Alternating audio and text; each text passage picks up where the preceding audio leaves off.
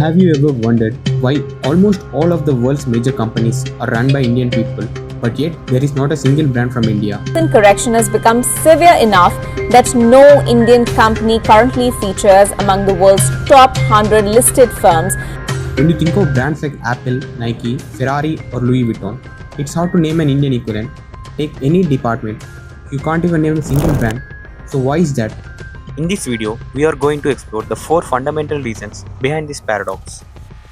Shri Narendra Bhai Modi ji, when you speak, the whole world not only listens but applauds you.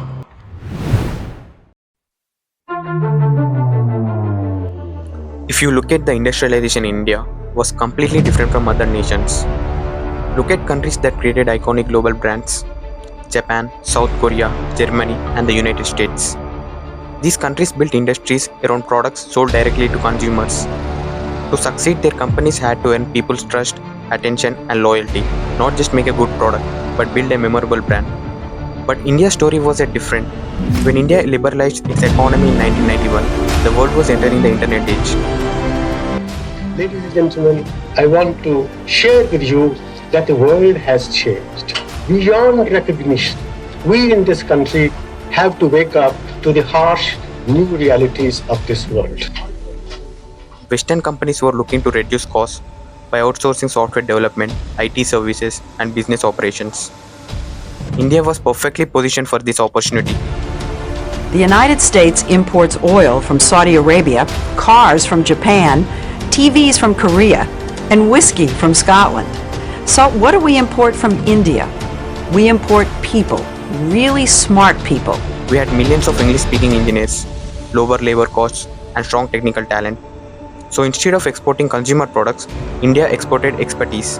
Companies like TCS, Infosys, and Wipro became global giants by helping other businesses run more efficiently. Their customer wasn't the end consumer, it was another company. And that's the key difference between global brands and our companies. This impacted a lot on the kind of companies we built. The result? Over time, entrepreneurs, investors, and universities all doubled down on the same model. More engineers were trained, more IT companies were created, and more businesses focused on solving problems for global clients. It's very easy to lose hope in this country. It's very easy to set your aspirations low in this country. Consumers don't always buy the best product. They buy the product that makes them feel something. And no case study explains this better than the Tata Nano. Today we will present what a young group of engineers and designers gave the new car from Tata Motors, the people's car that everyone has been waiting for.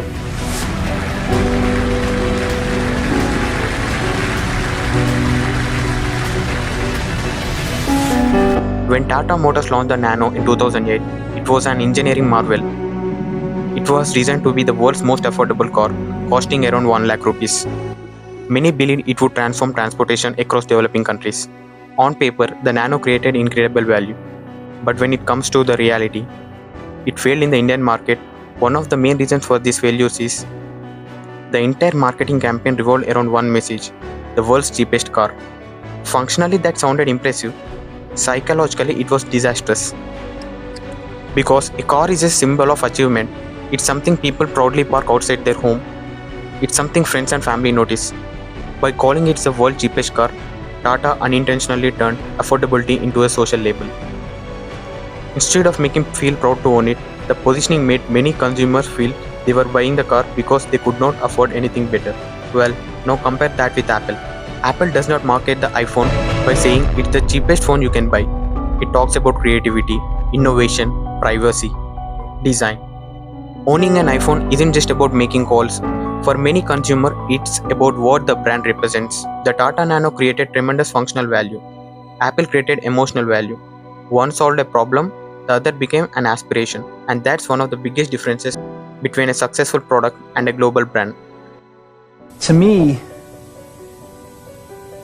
marketing's about values. This is a very complicated world. It's a very noisy world. And we're not going to get a chance to get people to remember much about us. No company is. And so we have to be really clear on what we want them to know about us. Coming to the third root cause, most Indian companies expand internationally, but they don't actually globalize. To understand exactly how this trap operates, let's look at a brand every single Indian knows, the Haldirams. Haldirams is an absolute titan. It started as a tiny sweet shop in Bikaner in 1937 and grew into a multi-billion-dollar empire that practically owns the organized snack market in India.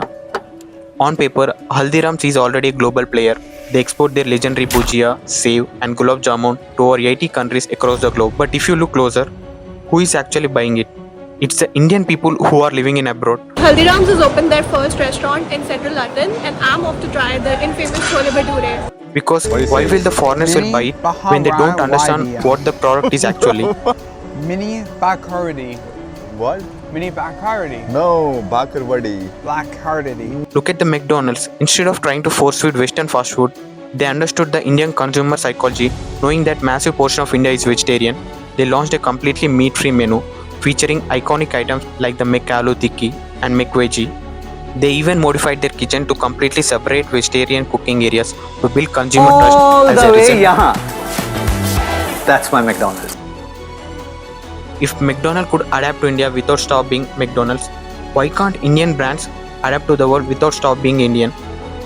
Let me know your thoughts in the comments. Generally, my advice or my recommendation would really be spend less time on finance, spend less time in conference rooms, less time on PowerPoint, and more time just trying to make your product as amazing as possible.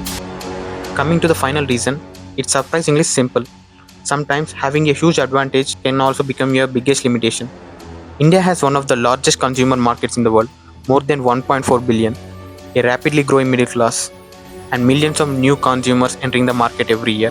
For many companies, India itself is large enough to build a billion-dollar business, and that's where the difference begins. Think about countries like Sweden. With a population of around 10 million, companies simply cannot become global giants by serving only their home market. If they want to grow, they have no choice but to expand internationally. That's one of the reasons companies like IKEA and Spotify were built with global consumers in mind. The same is true for South Korea. Is on South Korea, saying it's the world's fourth best country to do business in. Companies like Samsung and Hyundai could not rely on Korean consumers alone. To survive, they had to compete against the best companies in the world. But when it comes to India, a company can become enormously successful without ever leaving the country. As a result, many Indian companies optimize for Indian consumers first and sometimes never move beyond that. By the time they begin thinking globally, international competitors have already established powerful brands, loyal customers, and mature distribution networks. But the opportunity is still there. India has the talent, the innovation, and the capability to build global brands. The question is, who will be the first to truly break this cycle? Do you think the Indian brands will break this cycle soon? Let me know in the comments below.